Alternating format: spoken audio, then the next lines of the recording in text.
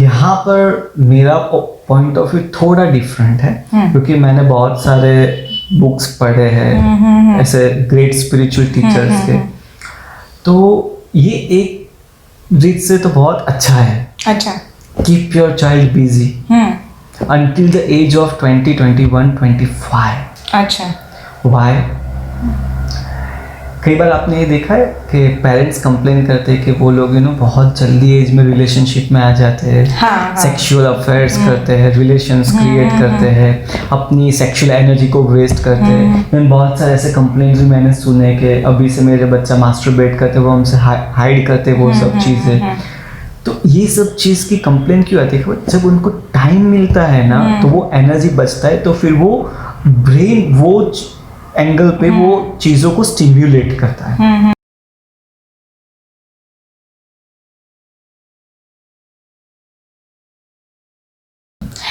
Sir, siblings की हम बात करें जिनके घर पे 2 बच्चे हैं, ऑलराइट, कई बार ये ऐसा देखा जाता है अकॉर्डिंग टू इंडियन मेंटालिटी, अभी तो काफ़ी हद तक चेंज भी हुई है, no doubt about it, but usually girls को इतना फ्रीडम नहीं दिया जाता है।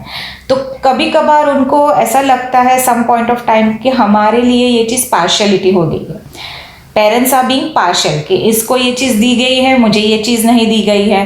या 2 सिबलिंग्स में अगर बॉयज़ है तो there is some attachment to the elder one, there is a little attachment some time to the lower one. So parents at point of time उनको ऐसा लगता है कि भाई पापा मम्मी पार्शियल हो गए हैं। सो यहाँ पे कैसे ये सिचुएशन को कैसे टिकल किया जाए? That is absolutely your responsibility. You must learn to balance and दोनों को इक्वल ही जाना चाहिए। हाँ, बच्ची अगर बोल रही है कि मुझे उसके जैसा काम नहीं करे, तो उसको समझाओ किसी आगे का तेरा जो लाइफस्टाइल होगा ना, वो इस मुताबिक कि तुझे ये काम करने, वो अलग है तो उसको वो कर रहे हैं। आप उनके ऊपर ट्रस्ट अर्न करो कि तेरे लिए जो सही है वो तुझे बोला है। Don't compare yourself with your siblings. या उसके लिए जो सही है वो पापा मम्मी उसके लिए कर रहे हैं, तेरे लिए सही है वो पापा मम्मी तेरे लिए कर रहे हैं, पर वो ट्रस्ट उनको आपके ऊपर आना चाहिए। That is your job. आपको भी ये सोचना है कि हमारी तो कोई गलती नहीं हो रही है ना, कहीं हम तो बायस नहीं हो रहे हैं ना किसी एक के लिए, राइट? अगर हो रहे हो तो my suggestion is that, my opinion is that, don't be bias, never. लड़का हो या लड़की हो, आगे जाके वो लोग कभी भी हैप्पी नहीं रह पाएंगे, राइट? सो बायस तो नहीं होना है। यस, उनको समझाओ। हर एक प्रॉब्लम का सॉल्यूशन है ना छोटी छोटी चीजों में ही है, और मुझे नहीं लगता है कि बच्चों को समझाने से कोई प्रॉब्लम सॉल्व ना हो सके। ऑलवेज लॉक से छोटी चीज ही होती है, सो प्रॉब्लम से छोटा ही सॉल्यूशन होता है। बट हमारा माइंड है ना, वो जब सॉल्यूशन की बात आते हैं तब ऐसे ही सोचता है कि वो प्रॉब्लम से बड़ा ही होगा, इसलिए मुझे एक्सपर्ट के पास ही जाना पड़ेगा, और वही मुझे जब सजेशन देगा तो वही सजेशन से वो प्रॉब्लम सॉल्व होगा। But solutions are always in small things. Okay. And you must learn to divert them. So big things come in small packets, it's like that. Yes. Okay, all right. Sir, दूसरा ऐसा था कि suppose for example जैसे हमने बात की कि 2 बच्चे हैं, आपने बोला कि बच्चे usually they learn from everything which is happening in the house. So जब बच्चे ऐसे घर का माहौल देखते हैं कि भाई पापा मम्मी घर पे नहीं रहते हैं मोस्ट ऑफ द टाइम, और आते भी हैं तो there is always a stressed environment, irritable होते हैं, झगड़ा करते हैं, they are not getting along with each other. So यहाँ पे बच्चे क्या सीखेंगे? Childrens are very smart observant. आप जैसा बिहेव करोगे, आप जैसा उनके सामने रहोगे, वैसा ही वो सीखेंगे। That's it. अगर आप स्ट्रेसफुल एनवायरनमेंट रखने का कर रहे हो तो आगे जाके वो भी वैसा ही करेगा, और आपको फिर कंप्लेन होगी कि ये हमारे घर में स्ट्रेसफुल एनवायरनमेंट क्रिएट करता है। बट वो आपने कहीं ना कहीं उसको सीखा है। You planted that seeds into them, right? So never spoil the environment of your house, never. Husband wife को अगर कोई एक दूसरे से कोई दिक्कत है या कोई भी फरियाद है, कंप्लेन है, तो वो पर्सनली सॉल्व करो, बच्चों के सामने सॉल्व मत करो। पेरेंट्स को एक मेरा और भी ये राय देना चाहूँगा कि कभी भी बच्चों के सामने एक दूसरे का डिसरिस्पेक्ट मत करो, एक दूसरे के बारे में गलत चीज़ें मत कहो। बहुत सारे पेरेंट्स को ये हैबिट्स होती है कि जब उनका पार्टनर नहीं होता तब बच्चों को उनके एब्सेंट में बहुत सारी उनके खिलाफ की बातें बोलते, जैसे तेरी मम्मी वैसी है, उसके ये वैसे, उसके वो वैसे। माँ कई बार बोलती कि तेरे डैडी ऐसे वैसे, मेरा ये हो गया। इवन बहुत सारी लेडीज को ये बोलने की आदत होती है, ये तो मैं ही थी जिसकी वजह से ये सब चल रहा है, मैं नहीं होती तो ये खत्म हो जाता, ये घर नहीं चलता, this and that. This all things creating so many of chaos in your children's mind. Okay. Don't do this. कोई भी डिससेटिस्फैक्शन है, कोई भी कंप्लेन है आपको एक दूसरे के बारे में, वो पर्सनली रूम में जाके सॉल्व करो, क्योंकि बच्चे आपसे ही सीखते हैं। आपने कभी उसको लैंग्वेज सिखाई है? No, they learn automatically. कभी सोचा है? साइंस का भी ये मानना है एंड दे प्रूव्ड कि फर्स्ट टू 10 इयर्स की एज में बच्चे जो सीखते हैं, उनके माइंड ने जो एब्जॉर्ब किया है पिक्चर फॉर्म में, ऑडियो फॉर्म में, चैट फॉर्म में, उनकी वो जो स्मृति बन गई है, उन्होंने जो भी सीखा है उसके आधार ही वो अपना आगे का जीवन वैसे ही जीते हैं। सो पेरेंट्स फर्स्ट 10 इयर्स तो आपको अटमोस्ट केयर लेना है, and that is your child. आज के पेरेंट्स को क्या होता है कि पैसे कमाने के लिए आया रख के जाते, आया को लेके जाते, वो क्या सीखेगा? उसके ही संस्कार सीखेगा। हमने जैसे ऑरा के उसमें बात किया था कि ऑरा एक्सचेंज होता है, जिसके साथ हम रहते हैं वैसा हमारा ऑरा होता जाता है, राइट? तो वो वीडियो भी एक बार जरूर देखना, आपको पता चलेगा कि अगर आपका बच्चा किसी ऐसे इंसान के साथ रहता है जिसकी एनर्जीज लो है, वाइब्रेशंस लो है, प्योर एनर्जीज नहीं है, तो वो क्या सब चीजें लेगा, वही एनर्जीज उसके अंदर आएगी। अगर वही एनर्जीज उसके अंदर है तो आगे जाके वो कैसा बनेगा? उसके जैसा बनेगा। बच्चा जिसके साथ रहेगा, जिसको देखता है वैसा वो बनता है।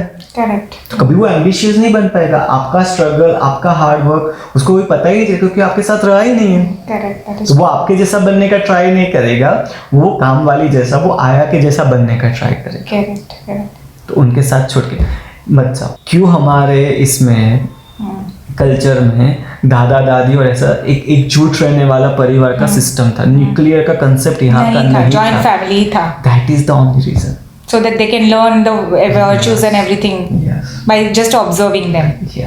Okay. Sir, हमने विल पावर की बात की, बीइंग इंडिपेंडेंट की बात की।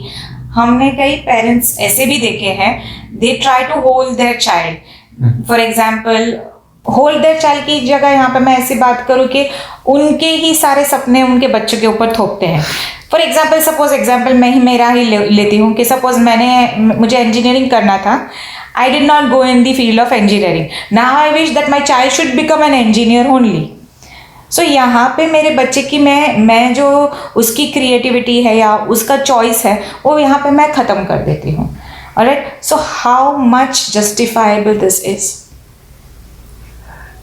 मैं वापिस दोहराता हूँ, they came from you, they are not you. आपको अच्छा लगेगा कोई आपके ऊपर कोई थोपे कोई चीज, ये करो वो करो ये मत करो, आप कितने दिन सहन करोगे? हमें कोई 1 घंटे भी ऐसा बोलता रहता है तो हमें पसंद नहीं आता है, आप सोचो कि आपके बच्चे को पसंद आएगा कि नहीं?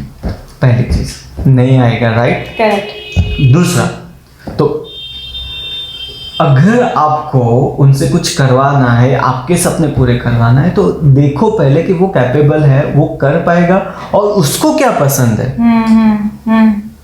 राइट?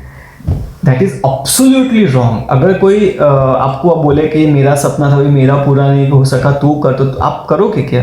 नहीं करेंगे ना, राइट? तो आप कैसे उनसे करवाते हो? This is literally injustice, you can't. Rather उनको आप ऑब्जर्व करो, उनकी क्वालिटीज देखो और उनके लिए जो बेस्ट है वो उनको करने के लिए प्रोत्साहित करो, और उनको क्या पसंद है, राइट? तो वो आगे बढ़ेंगे। वरना वो लोग शायद हो तो जाएंगे, जैसे आपने बोला कि मुझे इंजीनियर होना था तो मैंने उसको, तो वो आपका बात मानेंगे, आपको प्यार भी करते होगे, आप भी उसको जैसे तैसे करवा के इंजीनियर, आगे जाके वो उसके काम को प्यार नहीं करेगा, उसको उसका काम बोरिंग लगेगा, वो अपनी लाइफ को एंजॉय नहीं कर पाएगा। हम आज देख रहे हैं ना, बहुत सारे लोग आज देखो, यंगस्टर्स 24-25 साल के हो जाते हैं, उसके बाद क्या एजुकेशन हो गया, बैचलर मास्टर्स हो गया, सुबह उठे 9 बजे जॉब पे गए, 6 बजे घर आए, बैठे टीवी देखा, मोबाइल देखा, सो गए। Is this life? Monotonous life. क्या उनका विजन है कुछ भी? दिख रहा है कि वो कुछ लाइफ को जी रहे, दिस इज नॉट लाइफ। क्यों? क्योंकि उनको वो करने को नहीं मिला जो वो करना चाहते थे, उनको वो करना पड़ा जो उनके पेरेंट्स करवाना चाहते थे, उनकी परिस्थिति उनसे वो करवाना चाहती थी। सो अगर आप भी चाहते हो कि आपके बच्चे भी सीधी लाइफ ऐसी 9 से 6 वाली जॉब, आके बैठे टीवी देखे, ये करे वो करे, वापस दूसरे दिन उठ के जॉब पे जाए, मैंने बहुत सारे ऐसे भी देखे कि हस्बैंड वाइफ है, 9 बजे निकल जाते, 7 बजे घर आते, आके वापस अपना खाना पीना, टीवी मोबाइल देखा, सो गए, सुबह उठे वापस गए। एक संडे मिला तो वो दोपहर के 12-1 बजे तक तो सोते रहेंगे, उठेंगे, फिर इधर उधर घूमेंगे, वापस आएंगे, वापस खा पी के सो जाएगा। एक दिन ऐसा आएगा कि ये जो प्रोसीजर है ना, ये जो उनका चक्कर बनाए वो उनसे बोर हो जाते हैं। फिर वो कंप्लेन करना चालू कर दे कि हमारी लाइफ में कोई मजा नहीं, ये जीवन में तो कुछ है ही नहीं, this is not true, that is you made this life such boring life, right? So उनको वो करने दो जिसके लिए वो कैपेबल है, राइट? ये बहुत ही डिफिकल्ट टास्क है, it's not that easy and very risky भी है कि वो उसमें सक्सेस हो गए, बट ठीक है, अगर वो फेल भी गए ना उनके करने में, तो हम बैठे हैं ना फिर तो एटलीस्ट गिव चांस, राइट? और जैसे मैंने पहले ही बोला, don't make them parrot, make them eagle, right? कई पेरेंट्स ऐसे हैं आज के टाइम पे, presently in the present time, जो अपने बच्चे को स्कूल से आया, ये क्लास में भेजा, ओके, डांस क्लास से आया, ड्राइंग क्लास में भेजा, ड्राइंग क्लास से आया, कराटे में भेजा, तो बच्चे को टाइम ही नहीं मिलता खेलने के लिए। जो पहले के ज़माने में जो हम खेलते थे, we had given the importance to playing time, आजकल वो प्लेइंग टाइम बच्चों के लिए है ही नहीं। इन दिस रैट रेस के हमको कुछ दिखाना है सोसाइटी को, एक क्लास से लेके दूसरी क्लास, बाय द टाइम बच्चा रात को 8 बजे या 8:30 को घर आता है, वो इतना थक जाता है कि उसके लिए खुद की क्रिएटिविटी के लिए कुछ टाइम नहीं होता। तो आप क्या कहना चाहते हैं इसके लिए? यहाँ पर मेरा पॉइंट ऑफ व्यू थोड़ा डिफरेंट है, क्योंकि मैंने बहुत सारे बुक्स पढ़े हैं ऐसे ग्रेट स्पिरिचुअल टीचर्स के, तो ये एक रीत से तो बहुत अच्छा है। अच्छा, keep your child busy until the age of 20, 21, 25। अच्छा, Why? कई बार आपने ये देखा है कि पेरेंट्स कंप्लेन करते हैं कि वो लोग बहुत जल्दी एज में रिलेशनशिप में आ जाते हैं, सेक्सुअल अफेयर्स करते हैं, रिलेशंस क्रिएट करते हैं, अपनी सेक्सुअल एनर्जी को वेस्ट करते हैं। मैंने बहुत सारे ऐसे कंप्लेंट्स भी मैंने सुने कि अभी से मेरे बच्चा मास्टरबेट करते, वो हमसे हाइड करते, वो सब चीज़ें। तो ये सब चीज़ की कंप्लेन क्यों आती है? जब उनको टाइम मिलता है ना, तो वो एनर्जी बचता है, तो फिर वो ब्रेन वो एंगल पे वो चीज़ों को स्टिम्युलेट करता है। सो ये एंगल से अगर देखा जाए ना, तो keeping your child busy is very good way to help them to channelise their energies. Yes, क्योंकि वो जो एनर्जीज है वो कहीं ना कहीं ड्रेन होती है, तो वो ओवर एजिंग दिखना चालू हो जाते हैं, और उनका जो डेवलपमेंट, ब्रेन डेवलपमेंट होना चाहिए, वो नहीं हो पाएगा। उनका जो ब्रेन का ग्रे मैटर है ना, वो धीरे धीरे कम हो जाएगा, और इसकी वजह से उनको अल्जाइमर बहुत जल्दी छोटी एज में होने के चांसेस हो जाते हैं। ओके, सो इसीलिए आपने देखा होगा गुरुकुल की सिस्टम में भी क्या था कि सुबह उठते ही उनके पास शेड्यूल है कि लकड़ियाँ लेने जानी है, काटने जाना है, फिर ये करना है, फिर ये साफ करना है, फिर गुरु का रूम साफ करना है, फिर ये वो करना है, फिर ये विद्या सीखनी है, फिर वो धनुर्विद्या, पूरा दिन उनको बिजी रखते थे वो भी। So that is good. वो भी ये जानते थे कि बिजी रखना है, जिससे कि उसके पास एनर्जी बचे नहीं कि वो कोई और डायरेक्शन में सोचे। सिर्फ उसका जो पर्पस है उस पे ही उसकी एनर्जी यूज होनी चाहिए, एनर्जी वेस्ट नहीं होनी चाहिए। तो यहाँ पर मैं ऐसा तो नहीं बोलूंगा कि ये सब में आप मत डालो, बट ये 10 चीज में डालने की बजाय उनको जो पसंद है वो एक ही चीज में उनको 10 बार करवाओ, तो वो उनके पास मास्टरी आ जाएगी, वो बहुत ही जल्दी उसके ऊपर मास्टरी ले पाएंगे और उसमें आगे बढ़ेंगे। So basically you can put in the extracurricular activities, yes, but on the interest of your child. Yes, ये नहीं कि म्यूजिक भी करवाया, कराटे भी करवाया, खो खो भी करवाया, कबड्डी भी, क्रिकेट में भी डाला, ये डाला, no, rather you know scattering the energies, एक ही जगह पर एनर्जी ले जाओ, सुबह शाम 2 बार भेजो। एग्जाम्पल के उसको आपको बेस्ट क्रिकेटर बनाना है तो सुबह भी भेजो, वापिस शाम को भी भेजो। हाँ, उसको फ्रेशन अप चाहिए तो उसके लिए अगर वो बोलता है कि अभी मैं थोड़ा बोर होता हूँ, आपको पता चलता है कि अभी ये थोड़ा बोर होता है, तो कोई एक छोटी सी एक्स्ट्रा एक्टिविटी उसको दिला दो, वो भी टाइम बीइंग ऑल्टरनेटिव गैप के ऊपर होना चाहिए। बट उसको जो बनना है उसके लिए ही आप उसको फोकस रखो। करवाना तो है ही, ये जरूरी ही है। Okay yes.